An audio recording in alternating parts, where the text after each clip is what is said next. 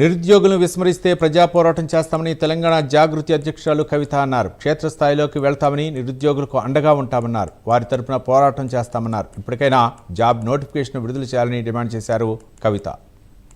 BSc nursing association వాళ్ళు వచ్చిపోయిన మొన్న వీళ్ళకి ఎగ్జామ్ వేసిరు, 40,000 మందికి ఎగ్జామ్ వేసిరు, వాళ్ళు రాసిండ్రు.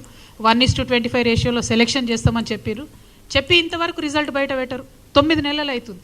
ఆ పిల్లలు తిరుగుతారు ఆఫీస్ చుట్టూ. తిరిగితే కసిరించుకోవడం వలన మొన్నైతే లిటరలీ సెక్యూరిటీ వాళ్ళని పెట్టేసి నిరుద్యోగుల్ని బయటకు నూకేసింది మీ ప్రభుత్వం. ఎవరి కోసం చేస్తున్నారు మరి మీరు పరిపాలన? ఎందుకోసం చేస్తున్నారు?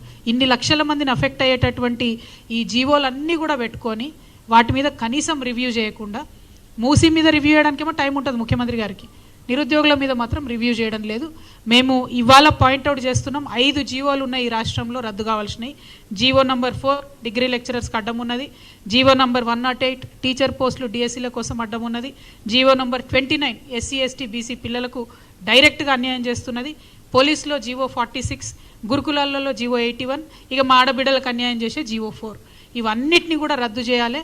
నిరుద్యోగులను మీరు విస్మరిస్తే ప్రతి గ్రామంలో, ప్రతి మండలంలో మేము వారి దగ్గరికి వెళ్తాం, వారితో మాట్లాడతాం, వారిని సమాయత్తం చేస్తాం, వారిని ఉద్యమంలోకి తీసుకొస్తాం. మీ మెడల్ వంచి ఈ జీవోలు రద్దు చేయించి నోటిఫికేషన్లు ఇప్పిస్తాం. మీరు 2 లక్షలు ఇస్తామని చెప్పిన ప్రతి సంవత్సరం మేము అది సాధించే వరకు, మీరు ఆ నోటిఫికేషన్లు వేసేంత వరకు కూడా ప్రభుత్వం వెంటబడతామని